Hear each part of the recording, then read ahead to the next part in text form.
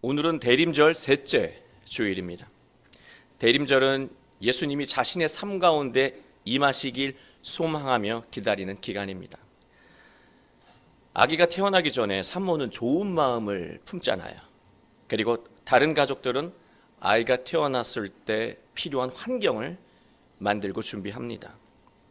대림절은 예수님이 자신과 함께 하시기에 좋은 마음의 상태, 삶의 상태를 만드는 기간이라고 할 수 있습니다. 이 기간에 필요한 것들은 새롭게 준비하고요, 유해한 것들은 모두 비워내야 합니다. 예수님이 우리 안에서 일하시기에 좋은 환경은 무엇일까요? 기억하지 말아야 할 것은 기억하지 말고, 기억해야 할 것은 기억하는 내면의 상태입니다. 과거의 나쁜 일들을 기억하지 않는 거예요.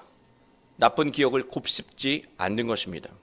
그리고 하나님이 나에게 어떤 분이신지를 항상 기억하며 사는 거예요. 우리가 이러한 상태를 유지할 수 있다면 예수님은 우리 안에서 권능을 발휘하시며 새로운 일들을 이루어 가신다는 것입니다. 그러나 문제가 있습니다. 기억을 다루는 것이 쉽지 않다는 거예요. 우리가 나쁜 일을 겪잖아요. 그러면 쉽게 잊혀지지 않습니다. 계속해서 떠오릅니다. 잊으려고 노력하면 나쁜 기억은 더 선명해집니다. 왜 그럴까요? 왜 잊으려고 하는데 자꾸 그 기억은 선명해질까요? 우리 뇌에 편도체가 있기 때문입니다. 편도체는 위험한 일이나 나쁜 경험을 하게 되면 그 모든 상황을 기억했다가 우리가 위험에 처하지 않도록 계속해서 기억나게 만들고 그것에 대해 반응하게 만든다는 거예요. 편도체의 역할은 긍정적인 측면도 있지만 부정적일 때는 나쁜 기억이 완전히 내면의 트라우마가 되어 소심하고 무력한 삶을 살게 만든다는 것이죠. 나쁜 기억이 중요한 순간마다 우리의 발목을 잡는 것입니다.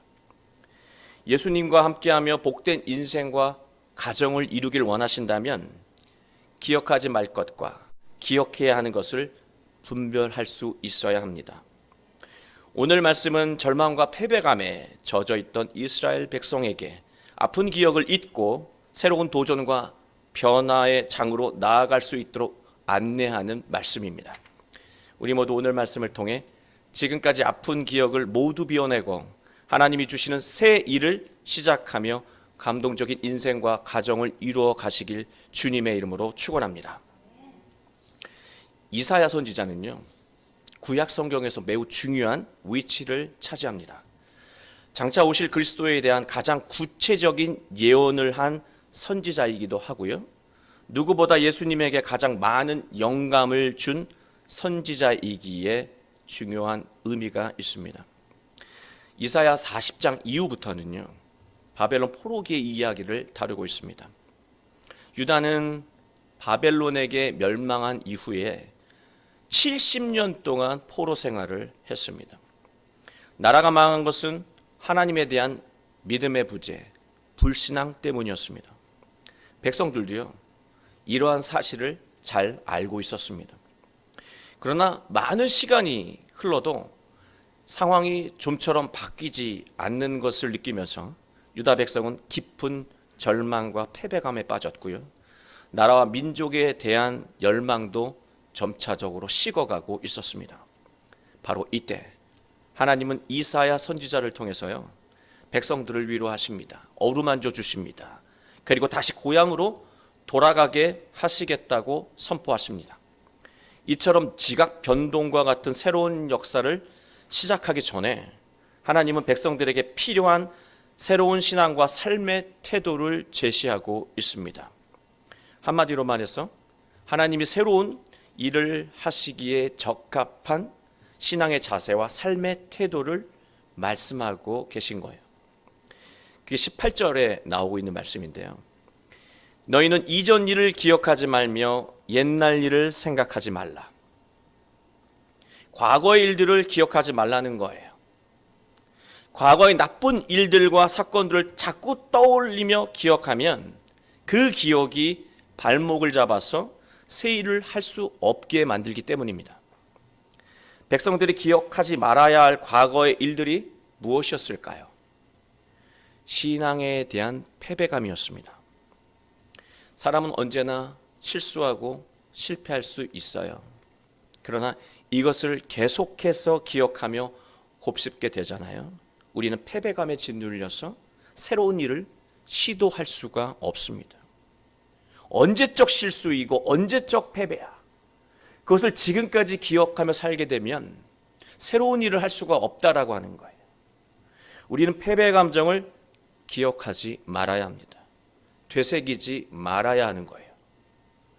또 백성들이 기억하지 말아야 할 일이 있습니다. 잘못에 대한 죄책감입니다. 유다 백성들은요, 강력한 힘을 가진 지배자가 세상을 움직인다고 여겼습니다. 이상하지 않습니까? 하나님의 백성이고 믿음의 백성인데 하나님이 세상을 만드셨고 세상을 다스리신다고 믿어야 되는데요. 유다 백성들은요, 강력한 힘을 가진 지배자, 강대국이 세상을 움직인다고 여겼습니다. 이러한 잘못된 생각은요, 일종의 믿음이 되어버렸습니다. 강대국에 대한 신뢰는요, 하나님에 대한 불신으로 이어졌고요. 강대국처럼 우리도 우상을 숭배해서 힘을 갖자라는 삶의 태도로 이어졌습니다. 그러나 아이러니한 것은요, 그토록 신뢰했던 강대국에 의해 멸망했다라고 하는 사실입니다.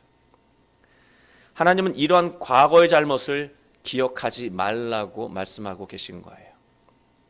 이 말씀은요, 과거의 잘못을 숨기라고 하는데 그 초점이 있는 말씀이 아닙니다. 오히려 과거의 잘못에 대한 깨달음은요, 그 교훈은 계속해서 기억해야 마땅합니다. 문제는 사람이 과거의 잘못과 상처를 떨쳐내지 못하잖아요. 그러면 죄책감에 짓눌려 삶이 위축된다는 사실입니다. 물론 죄책감이 신앙 안에서 잘 해결이 되면 사람을 성숙하게 만드는 동력이 되기도 합니다. 그러나 미숙한 사람에게 죄책감은 심각한 문제를 일으킨다는 거예요. 아이가 잘못을 저지르잖아요. 그러면 부모를 슬슬 피합니다. 그리고 부모에게 거짓말을 합니다. 우리도 똑같잖아요. 우리가 과거의 잘못을 계속해서 곱씹으면 우리의 내면은 죄책감으로 깊어지고 결국 하나님과 멀어지면서 거짓된 삶을 살게 된다는 것입니다. 만약 지금 하나님과 멀어진 삶을 살면서도 특별히 문제성을 느끼지 못하고 있다면, 뭐가 문제야? 이렇게 생각하며 살고 있다면 그의 내면은요, 자신도 모르는 사이에 이미 죄책감으로 가득해져 있는 것입니다.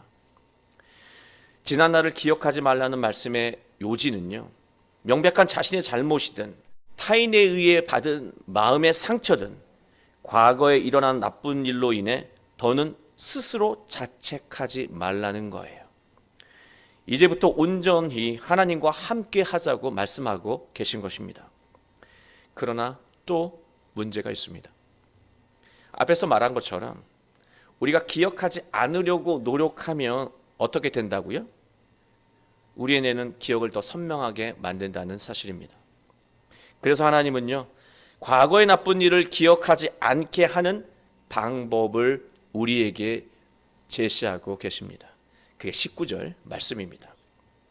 보라, 내가 새 일을 행하리니 이제 나타낼 것이라. 너희가 그것을 알지 못하겠느냐? 반드시 내가 광야의 길을 사막의 강을 내리니. 하나님이 새 일을 행하시고 이제 새 일을 나타낼 것이라고 말씀하고 계세요. 불행했던 과거의 일을 되새기지 말고 앞으로 시작될 하나님의 새 일에 삶의 초점을 맞추라고 하나님은 당부하고 계신 것입니다. 이제 가슴 벅찬 새 일이 시작된다는 거예요. 여러분 삶 가운데 하나님이 가슴 벅찬 새 일을 시작한다고 말씀하고 계신 거예요. 포로 생활에서 벗어나 고향으로 돌아갈 수 있도록 새 일을 시작하신다고 하나님은 백성들에게 선포하신 것입니다. 이 얼마나 가슴 벅찬 새 일입니까? 여러분, 저는 청년 시절에 속상한 일을 겪고 오랫동안 힘들었던 그런 순간이 있었습니다. 그때 사업을 하시던 어머니는 갑자기 저에게 무거운 짐을 배달하는 일을 몇 날, 며칠 시키셨습니다. 저는 그 무거운 짐을 혼자 나르느라고 일에 지쳐서 속상한 일을 기억할 틈이 없었습니다. 배달 일이 거의 끝날 때쯤 되자 어머니는 저를 불러서 이렇게 말씀하셨습니다. 네가 할 일이 없어서 속상한 일만 기억하고 있는 거야. 저는 배달하는 동안 부모님을 도와서 기뻤고요. 또 용돈을 주셔서 더 기뻤습니다. 또 하나님이 새 일을 하자고 하시는 말씀 안에는요, 중요한 깨달음이 담겨 있습니다. 과거의 실패와 마음의 상처는요, 하나님의 새 일을 하는데 필요한 밑거름이라고 하는 생각으로 바꾸라는 거예요. 과거의 실패에 대한 인식을 새롭게 재구성하는 것입니다. 오늘날 상담학 이론에요, 리프레이밍 이론이라고 하는 것이 있습니다. 다시 틀을 만든다라고 하는 뜻인데, 과거의 아픈 기억을 재해석해서 긍정적인 삶을 끌어내는 것이죠. 과거의 실수와 아픈 기억을 하나님의 계획 안에서 새롭게 재해석하는 거예요. 그 의미를 다시 새기는 거예요. 그리고 과거에 묶이지 않는 새로운 삶으로 나아가는 것입니다. 그 귀한 가르침을 하나님은 우리에게 전하고 있습니다. 그러나 하나님이 이렇게 말씀하셔도요, 우리가 한번 절망을 겪잖아요. 한번 낙심에 갇히잖아요. 우리는 계속해서 의심하게 됩니다. 그래서 하나님은 백성들과 우리에게 확신할 수 있는 말씀을 주십니다. 광야에 길을 내고 사막에 강을 만들겠다. 이거 불가능한 거 아닙니까? 광야에 무슨 길이 있습니까? 아무것도 없는 게 광야예요. 여기도 길이고 저기도 길인 것 같아요. 이 말은 길이 없다는 뜻이에요. 나 홀로 있다라고 하는 것이죠. 사막에 무슨 강이 흐르겠어요? 불가능한 일이에요. 이 말씀은요, 지금까지 불가능해 보였던 일들을 이제 시작하시겠다고, 너의 삶 가운데에서 시작하시겠다고 선포하고 계신 겁니다. 우리가 절망을 겪으면 광야에 홀로 던져진 사람처럼 인생의 길을 잃게 됩니다.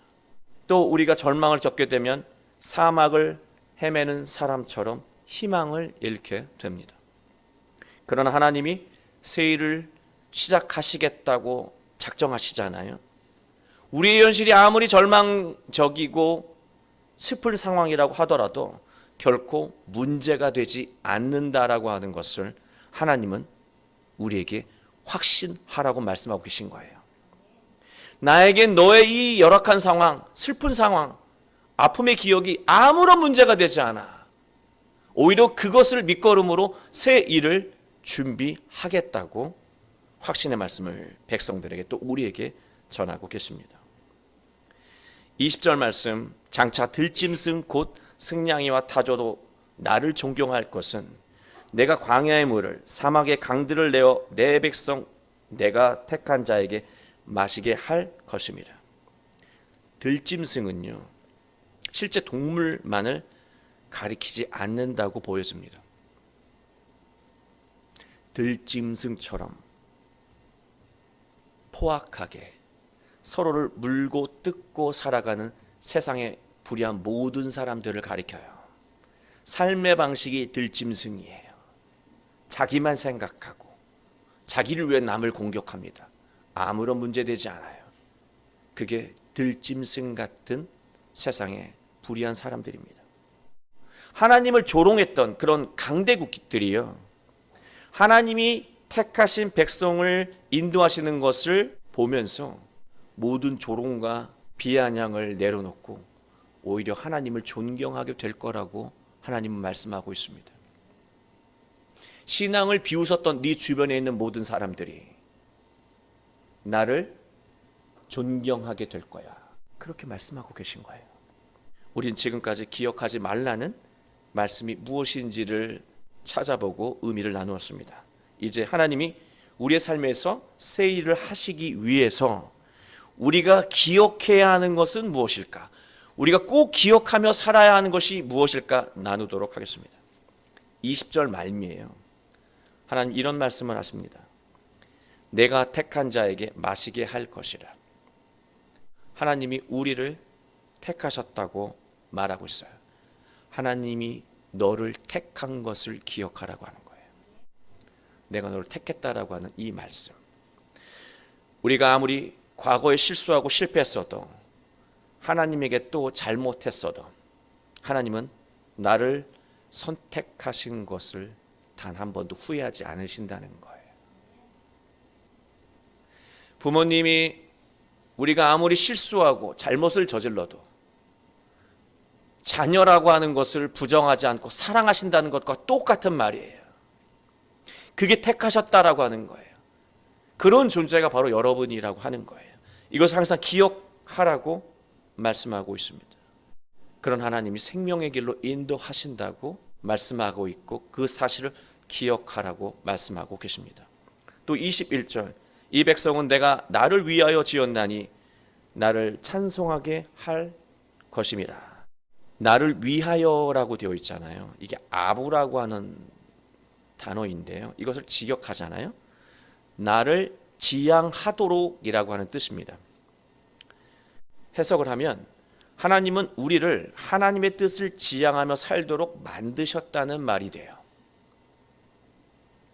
하나님이 주신 소명으로 살아야 과거의 실패와 상처에 매몰되지 않고 새로운 일을 이루며 복된 인생을 살 수 있는 존재라고 말하고 있는 거예요. 어디를 바라보며 살아갈 거야? 무엇을 지향하며 살아갈 거야?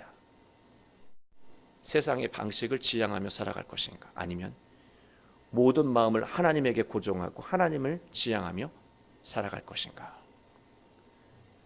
우리는 하나님을 지향하며 살아야, 나에게 주신 소명을 바라보며 살아가야 인생이 복되고 충만하다라고 하는 것을 기억하라고 하나님은 말씀하고 있습니다. 그리고 44장 21절을 보면 하나님은 우리가 기억하며 살아야 할 것을 더 구체적으로 말씀하시는데요. 21절 말씀 읽어드리겠습니다. 야곱아, 이스라엘아, 이 일을 기억하라. 너는 내 종이니라. 내가 너를 지었으니 너는 내 종이니라. 이스라엘아, 너는 나에게 잊혀지지 아니하리라. 여러분 잘 아시는 것처럼 야곱과 이스라엘은 같은 사람이죠. 그런데 같이 언급한 이유는 뭘까요? 야곱이 이스라엘이 되었던 그 이유를 기억나게 하기 위해서입니다. 야곱이 이스라엘이 된 그 과정을 기억하게 만들기 위해서 이렇게 표현하신 거예요. 야곱은 어떤 사람이었습니까? 욕망이 이끄는 대로 사는 사람이었습니다. 야곱 인생의 주인은 바로 욕망이었다라고 하는 거예요. 욕망이 시키는 대로 계획하고 일을 꾸미고 살아갔다라고 하는 거예요. 그의 인생의 주인은 욕망이었습니다. 욕심이었습니다. 탐욕이었습니다. 그래서 그의 삶은 어땠습니까? 늘 걱정과 불안에서 벗어난 적이 없습니다. 그리고요, 그렇게 사니까 늘 사람들에게, 외삼촌과 형제들에게 미움받잖아요. 사람들에게 늘 미움을 받습니다. 그리고 늘 쫓기는 인생을 살았습니다. 야곱은 인생의 공허함으로 무너지는 그 순간에 야복강가에서 하나님의 천사와 씨름을 하죠. 하나님의 천사와 씨름을 한다라고 하는 이 장면은요, 야곱이 인생의 주인을 바꾸는 치열한 싸움을 한 것을 보여주는 거예요. 야복강가의 씨름은요, 인생의 주인을 바꾸는 거예요. 야곱은 하나님을 인생의 주인으로 모시고 새로운 삶을 결단했습니다. 하나님은 그런 야곱을 기뻐하시며 이스라엘이라고 하는 이름을 주셨고 큰 축복, 또 가문의 축복을 허락해 주셨습니다. 하나님은 우리의 주인이라고 말씀하고 계시고 기억하라고 말씀하고 계십니다. 하나님이 우리 인생의 주인이라고 하는 말씀의 뜻은요, 내 인생을 책임지는 분이라고 하는 말씀이에요. 우리가 왜 불행하고 왜 인생이 무겁습니까?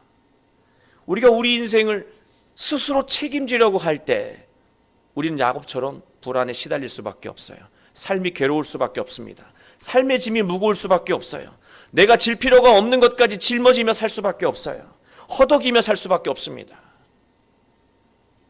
우리의 주인이신 하나님께 모든 것을 맡기고 말씀에 순종하며 살아갈 때 우리의 삶은 가볍고 경쾌하며 힘이 생긴다라고 하는 거예요. 그래야 이스라엘과 같은 복된 인생을 살 수 있다고 말씀하고 계신 겁니다. 우리는 하나님이 우리 인생의 주인이라고 하는 사실을 기억해야 합니다. 그리고 또 한 가지, 이스라엘 백성은 수시로 하나님을 잊고 죄를 지었지만요, 하나님은 단 한 번도 백성을 잊은 적이 없다고 말씀하고 계십니다. 하나님이 우리에게 그런 분이라고 하는 거예요. 내가 세상의 즐거움에 빠져서 하나님을 잊고 살아도 하나님은 단 한 번도 나를 잊은 적이 없으시다라고 하는 거예요. 그것을 기억하라고 하는 것이죠. 내가 어느 날 문득 내 멋대로 살고 있는데 참 하나님은 나를 기억하고 계시지, 나를 잊으신 적 없으시지라고 하는 그 사실을 기억하라고 말씀하고 있습니다. 그러면 하나님께 다시 돌아올 수 있다라고 하는 거예요. 22절 말씀이에요. 내가 내 허물을 빽빽한 구름같이 내 죄를 안개같이 없이 하였으니 너는 내게로 돌아오라. 내가 너를 구속하였음이라. 하나님은 우리의 실수와 실패를 기억하며 곱씹는 분이 아니에요. 너 예전에 이런 짓 했었잖아, 너 이런 잘못했었잖아, 그런 분이 아니라고 하는 거예요. 하나님은 우리의 실수를 기억하시는 분이 아니에요. 잘못을 저질러도 괜찮다는 그런 말씀이 아니에요. 하나님은 우리의 오늘과 미래에 초점을 맞추고 계시다라고 하는 것입니다. 이것은 과거에 아무리 훌륭했어도 오늘 엉터리로 살면 무의미하다는 거예요. 하나님이 우리에게 초점을 맞추고 계신 것은 오늘을 사랑하는 모습이 있고 내일을 준비하는 모습에 하나님은 초점을 맞추고 능력을 주신다는 거예요. 그리고 또 기억해야 하는 것은 하나님이 구속하셨다는 거예요. 이 구속이라고 하는 단어는요, 죄를 용서하기 위해서 대가를 대신 지불하는 것을 의미합니다. 우리는 대가를 지불해야 돼요. 얼마나 많은 죄를 알게 모르게 짓습니까? 말실수를 합니까? 행동에 잘못이 있습니까? 일일이 다 갚을 수가 없어요. 그러나 그 모든 것들을 하나님이 갚으시고 우리를 구원하신다는 거예요. 그 결정체가 무엇입니까? 바로 십자가, 예수 그리스도입니다. 이 말씀 안에는 앞으로 오실 예수 그리스도를 전하는 메시지가 담겨 있다는 것이죠. 23절을 보면 이러한 하나님의 자비와 사랑을 보는 세상의 창조물들은요, 하나님을 찬양하고 노래할 것이라고 말합니다.